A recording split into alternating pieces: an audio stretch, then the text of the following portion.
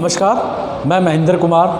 आज हम बात करेंगे 12वीं क्लास की जो आपकी राजनीति विज्ञान वाली बुक्स है उसका पहला चैप्टर जो है शीत युद्ध का दौर। ठीक है, और ये इस चैप्टर का पहला वीडियो है तो जो राजनीति विज्ञान पर आधारित है इस पे हम बात करेंगे शीत युद्ध का दौर। ठीक है, तो शीत युद्ध की जो महत्वपूर्ण घटनाएं हैं ये मैंने 6 महत्वपूर्ण घटनाएं यहाँ लिखी है। इसके बारे में मैं आपसे चर्चा करूँगा, विस्तृत और बड़ी चर्चा होने वाली है, तो आप इस वीडियो के शुरू से लेकर अंत तक जुड़े रहिए। तो चलिए स्टार्ट करते हैं।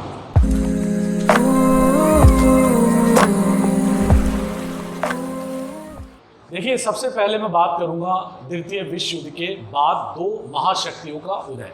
ये पहला पॉइंट है इसका। मैं फर्स्ट वर्ल्ड वॉर और सेकंड वर्ल्ड वॉर की बात आपको बताता हूँ, लेकिन उससे पहले की स्थिति भी मैं आपको बताऊंगा। औद्योगिकरण की जो शुरुआत है वो यूरोप से होती है और इंग्लैंड इसका अगुआ है, और देखते देखते ये औद्योगिकरण विश्व के अन्य देशों में भी पहुंचा, अन्य महाद्वीपों में भी पहुंचा, और इसके कारण 2 ऐसी चीज़ें, 2 समस्याएं ऐसी सामने आ खड़ी हो गई, एक साम्राज्यवाद और एक उपनिवेशवाद। तो ये जो 2 लहर है, यूरोप के और अन्य देश जैसे फ्रांस हो गया, पुर्तगाल हो गया, अमेरिका हो गया, या और अन्य देश भी इस लहर के साथ जुड़ते गए, रूस भी, जो इन्होंने कोलाइजेशन और साम्राज्यवाद को फैलाया। देखते देखते जो है हमारे 20वीं शताब्दी का आरंभ होता है, और इस 20वीं शताब्दी में हमें फर्स्ट वर्ल्ड वॉर का जो है शुभारंभ देखने को मिलता है, जो 1914 से 1918 के बीच में चली। उस समय की इस युद्ध की घटना के बाद जो है 2 जो शक्तियां हैं वो हमारे सामने आती है। एक है पूंजीवादी शक्ति और एक है साम्यवादी शक्ति। ये 2 शक्तियों का जो नेतृत्व है सेकेंड वर्ल्ड वॉर के आरंभ से, यानी 1939 से लेकर 1945 के बाद तक, जो बिल्कुल विश्व के सामने प्रमुख रूप से देखने को मिलता है, और उसकी जो लीडरशिप है 2 महाशक्तियों के रूप में 2 देशों ने की। एक देश का नाम है अमेरिका, जो पूंजीवादी देशों का अगुआ है, और दूसरे देश का नाम है यूएसएसआर, जिसको आप रूस के नाम से आज जानते हैं, रूस। ठीक है, वो साम्यवादी शक्तियों का अगुआ है। तो इन 2 शक्तियों ने अपने अपने वर्चस्व को जो है बनाए रखने के लिए, या हैवी करने के लिए, या उसका विस्तार देने के लिए जो है अलग अलग क्षेत्रों में काम करना आरंभ किया सेकेंड वर्ल्ड वॉर के बाद। ठीक है, ये 1945 के बाद की स्थिति है, क्योंकि शीत युद्ध का जो दौर है इन 2 महाशक्तियों के उदय के कारण ही पैदा हुआ है, और इन 2 महाशक्तियों के अंत तक रहने तक, यानी 1951 तक रहने तक जो है, 1991 के रहने तक जो है ये रहा। तो हम बात कर रहे हैं दूसरे पॉइंट पर, अमेरिकी राष्ट्रपति ट्रूमैन का साम्यवाद को नियंत्रित करने का सिद्धांत 1947। देखिए, ये वही अमेरिकी राष्ट्रपति है जिन्होंने सेकेंड वर्ल्ड वॉर में जापान पर परमाणु हमला यानी न्यूक्लियर बॉम्ब का अटैक करवाने का जो है आदेश दिया, और उसके बाद जो है अमेरिका का वर्चस्व खुलकर सामने आया। अमेरिका की शक्ति जो है पूरे विश्व को पता लगी कि जो परमाणु बम है वो कितना शक्तिशाली होता है, और उस शक्तिशाली परमाणु बम के सिद्धांत के बाद, औद्योगिकरण की स्थिति के बाद जो है अमेरिका की जो शक्ति है वो बढ़ गई, पूरे विश्व में उसकी धाक जम गई। तो इस धाक ने जो है नियंत्रित करने के लिए कुछ सिद्धांत जो है बनाए, क्योंकि ये जो धाक है इसको बढ़ाना है, तो इसके लिए उसने साम्यवाद, जो उसका प्रतिस्पर्धी है पूंजीवाद का, यानी अमेरिका के जो कंपेटिटिव में है वो है साम्यवाद, जो यूएसएसआर का है, उसको रोकने के लिए उसने जो है ये ट्रूमैन सिद्धांत दिया। उसने इस बात के लिए ये घोषणा की कि साम्यवाद के प्रसार में कोई भी देश सहयोग करेगा, या कोई भी ऐसा जो युद्ध होगा, जो पूंजीवादी देश है, अमेरिका के जो फ्रेंड देश है, दोस्त देश है, उन पर अगर साम्यवाद का प्रसार लादा जाएगा या युद्ध थोपा जाएगा तो अमेरिका के ऊपर वो युद्ध माना जाएगा। तो अमेरिका ऐसी स्थिति में युद्ध की घोषणा करेगा और उस देश की सहायता करेगा। तो ये नियंत्रित करने का सिद्धांत था ट्रूमैन का 1947 का। ठीक है, उसके इसका जो तीसरा पॉइंट है मार्शल योजना का, पश्चिमी यूरोप के पुनर्निर्माण के लिए अमेरिकी मदद।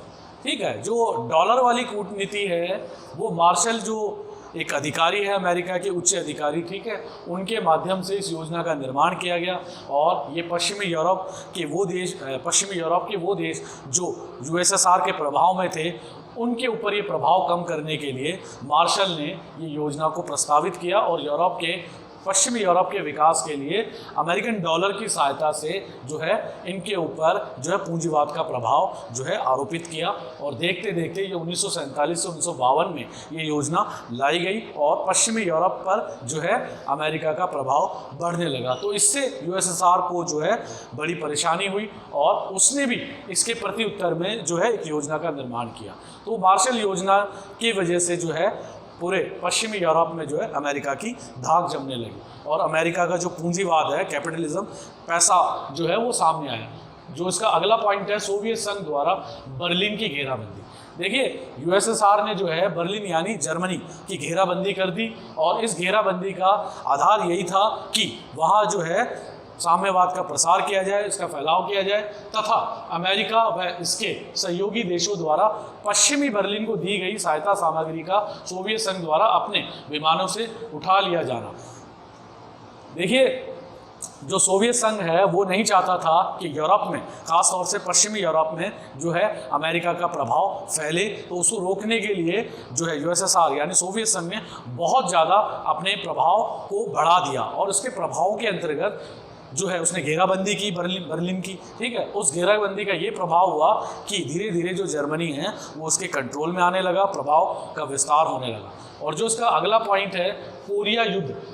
कोरिया युद्ध जो है इन आपस में जो है कोरिया के बीच में हुआ और उत्तरी कोरिया, दक्षिणी कोरिया, इन दोनों देशों के बीच में युद्ध होता है और युद्ध में 38वीं समांतर रेखा के द्वारा कोरिया का जो है 2 भागों में विभाजन कर दिया गया 1950 से 1953 में। ठीक है, एक दक्षिणी कोरिया पर जो है अमेरिका का प्रभाव था और उत्तरी कोरिया पर यूएसएसआर का प्रभाव। तो ये टकराहट की स्थिति पैदा हुई, इनमें युद्ध हुआ काफ़ी लंबे टाइम और इस युद्ध में जो है 2 शक्तिशाली शक्तियों की महत्वाकांक्षा में देखने को मिलती है, जो शीत युद्ध के दौर को बिल्कुल चरम पर ले आती है। इसके अलावा जो इसका अगला पॉइंट है, वियतनामियों द्वारा जो है दायन बियन फ्रू में फ्रांस की हार। यानी ये वो इलाका है वियतनाम का जहां फ्रांस की हार होती है और फ्रांस की जो हार है वो एक तरीके से अमेरिका की हार ही मानी जाती है और जेनेवा समझौते पर हस्ताक्षर होते हैं हार के बाद।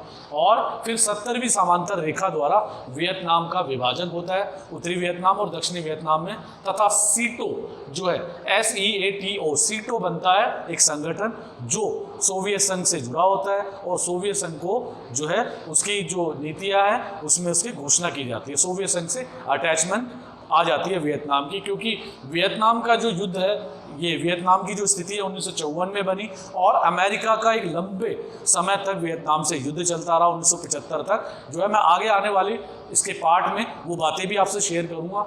इस शीत युद्ध के दौर में मैंने ये बताने की कोशिश की आपको कि सेकेंड वर्ल्ड वॉर्स के बाद जो 1945 के बाद की स्थिति थी 2 महाशक्तियों में अमेरिका और सोवियत संघ के बीच, उसके बाद की वो कौन सी घटनाएं थी जिसकी वजह से शीत युद्ध जो है अपने चरम पर पहुंचने लगा। तो ये कुछ महत्वपूर्ण घटनाएं हैं। इसके अलावा अगले जो वीडियो में, दूसरे और तीसरे वीडियो में इसकी जो है और घटनाओं का मैं चर्चा करूँगा और उसके बारे में आपको बताऊँगा। तो चलिए इस वीडियो में आज इतना ही। थैंक यू, धन्यवाद।